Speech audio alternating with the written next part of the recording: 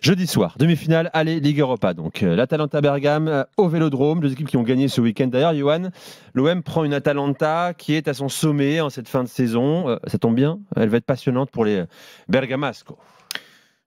Ski. Exactement. Mais... C'est un joueur, ça. Non, c'est singulier, non, oui, c'est une très belle fin de saison parce que ils sont à la lutte pour la Ligue des Champions, une qualification directe en Ligue des Champions en championnat. Ils sont pas loin de la Roma et en plus ils ont un match en moins, donc ils peuvent passer devant la Roma avec ce match en moins qui aura lieu d'ailleurs sans doute après la fin du championnat, puisqu'il n'y a pas d'autres dates disponibles. Ils sont en finale de Coupe d'Italie et ils sont évidemment en demi-finale de Ligue Europa. Et c'est une fin de saison très excitante. Souvenez-vous, il y a, je sais pas, 3-4 mois, j'avais fait un avis. J'ai envie que Gasperini gagne un trophée pour que ça valide un peu tout le travail qu'il a fait à l'Atalanta, parce qu'on lui dit souvent ouais, c'est super ton travail, mais t'as rien gagné, parce que c'est souvent encore ce qu'on entend en Italie, malheureusement. La culture footballistique a du mal à se moderniser encore dans pas mal d'endroits en Italie. Et là, ce week-end, bon, c'est pas trop sur ce week-end qu'il faut regarder, parce que le match contre Empoli était assez simple, même s'ils ont fait beaucoup tourner l'effectif et que la victoire, elle était attendue, et c'est ce qui a lieu. Mais c'est surtout le travail de Gasperini, il se voit beaucoup cette saison, parce que la saison dernière, c'était un petit peu plus difficile. Le recrutement, je n'avais pas été fan. Je crois qu'il y avait beaucoup de joueurs puissants, dynamiques, mais ça manquait de créativité, ça manquait de talent technique, ça manquait d'imprévisibilité aussi dans le jeu. Ce qu'amenait finalement à la grande époque Atalanta, les Papou Gomez, les Josip Ilicic, cette dose de créativité qu'ils avaient totalement perdue. Et De Ketelaere, là-dessus, a beaucoup apporté, avec en plus la nouvelle dimension prise par Koop Meiners au milieu de terrain, qui est en train de devenir un milieu de terrain total. Lui qui était très bon dans la gestion du ballon aux Pays-Bas, parce que de formation évidemment, et en plus il pouvait jouer défenseur central, il avait dépanné plusieurs fois aux Pays-Bas, il jouait milieu de terrain devant la défense, maintenant il joue 8, il joue 10, donc il est en train de devenir un milieu de terrain exceptionnel, et ça c'est le travail de Gasperini. Et on a toujours ce style de jeu qui continue, qui perdure malgré des pertes de joueurs au fur et à mesure des saisons, parce que l'Atalanta, son modèle, c'est de développer des joueurs et au fur et à mesure d'en vendre quelques-uns. Julien Laurence nous en a pris un il n'y a pas si longtemps que ça, Christian Romero notamment. Ouais, Amad Diallo, c'est moins une réussite pour le moment, mais en tout cas, Romero à Tottenham a réussi à avoir un statut maintenant de titulaire en première ligue, et c'est vraiment un joueur très intéressant. Donc, à quoi s'attendre pour les supporters de l'OM ? Évidemment, le style, on le connaît, le marquage individuel qui n'est plus tout terrain comme au début de l'ère Gasperini, qui est plus par zone maintenant, parce qu'il s'est rendu compte aussi que le tout terrain, plus le niveau s'élevait, plus ça devenait un petit peu difficile, parce que dès qu'un joueur est passé, finalement, vous avez tout de suite un décalage qui est créé, et ensuite une compensation crée un nouvel espace, qui crée un nouvel espace, et donc ça devient un petit peu plus compliqué. C'est l'individuel en zone, quoi. C'est une individuelle sur des zones précises du terrain.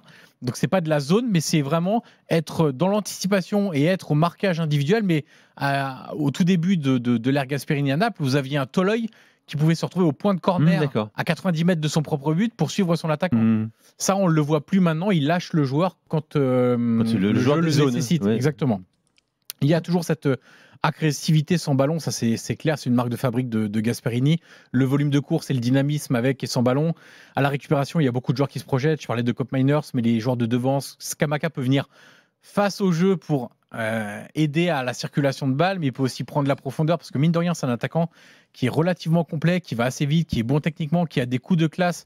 Il y a à peu près un mois, je disais, sans les comparer absolument la carrière, quoi que ce soit, mais je disais qu'il avait des coups à la Zlatan. Et on l'a encore vu en championnat. Quand, le but en Coupe d'Italie aussi, non ? Le but en Coupe d'Italie, il est magnifique. Bien sûr, mais la volée, le ciseau. Mais on a aussi vu une frappe qui a été en pleine lucarne, sans aucun élan. C'est-à-dire qu'il a une force de frappe comme avec Zlatan.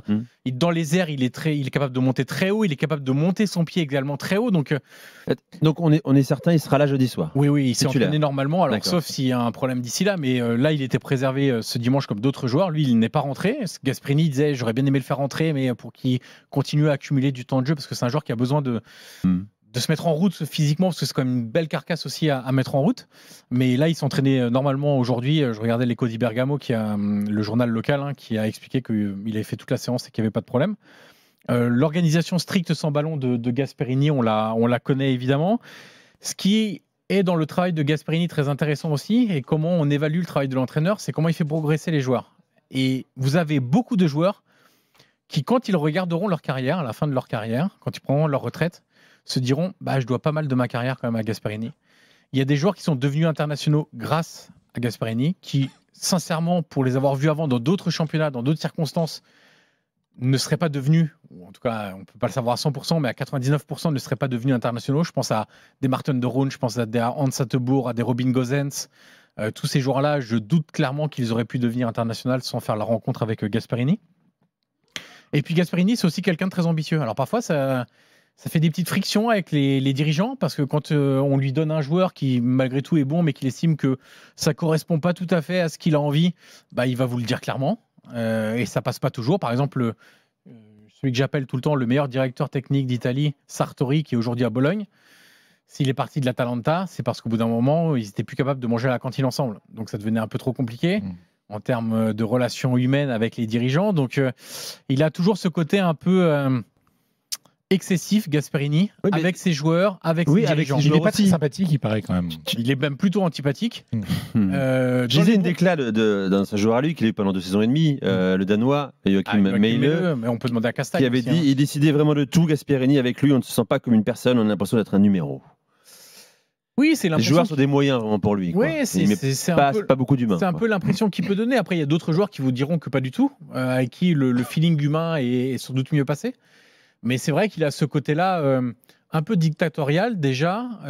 Ensuite, très branché foot et moins branché sur l'aspect humain, alors qu'aujourd'hui, on insiste beaucoup chez les entraîneurs pour les entretiens individuels, le les relations humaines, le management, etc. Donc, et puis, c'est quelqu'un de clivant, parce qu'il y a des gens qui vont t'expliquer qu'il a un côté, quand il prend la parole, très professoral et que ça agace un petit peu, alors que moi, je considère que quelqu'un qui a des idées, il a le droit de les exposer, d'en parler et de dire qu'un entraîneur ne lui plaît pas parce que pour X ou Y raison, son jeu ne l'intéresse pas.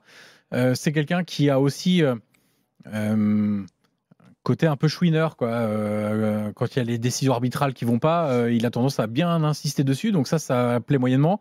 Il y a l'épisode Covid que j'avais raconté il y a quelques mois dans l'After, où avant le match à Valence en Ligue des Champions, juste avant que le Covid éclate totalement dans toute l'Europe, alors que les camions militaires sortaient de Bergame avec des dizaines de cadavres pour évacuer les cadavres de la ville de Bergame, lui avait dit moi j'avais le Covid, mais en fait j'ai rien dit et j'ai fait le déplacement à Valence, et c'était très mal passé dans l'opinion publique italienne. Donc il y a un côté qui séduit pas, mais pour tout l'aspect football, purement football, ce qu'il aura fait aujourd'hui, c'est extraordinaire. Et si aujourd'hui on parle d'une école Gasperini en Italie, parce qu'on parle d'une école Gasperini, c'est-à-dire tous les élèves du maître Gasperini, les Palladino, les Gilardino, les Juric et compagnie, qui vous expliquent comment Gasperini a influé sur leur vision du football, sur leur vision du métier d'entraîneur, c'est tout simplement pour moi l'entraîneur le plus influent depuis des années et des années en Italie.